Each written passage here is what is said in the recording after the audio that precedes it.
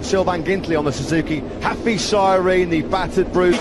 Brilliant start from Marquez from pole. Exactly. Quartararo's down! Is that Dovizioso I think as well? it is! There's Unbelievable! Fire from the Ducati. The high side. Down he went. One of the factory Ducatis clattered in. Believe it. They're trying to get that bike out. They're looking to Dovizioso now. I hope he's okay because he looked hurt. Nowhere to push into the air. He's rolled through the tarmac runoff quite a few times there. I just wonder if we might see a red flag here if they can't. A shocker for Andrea Dovizioso.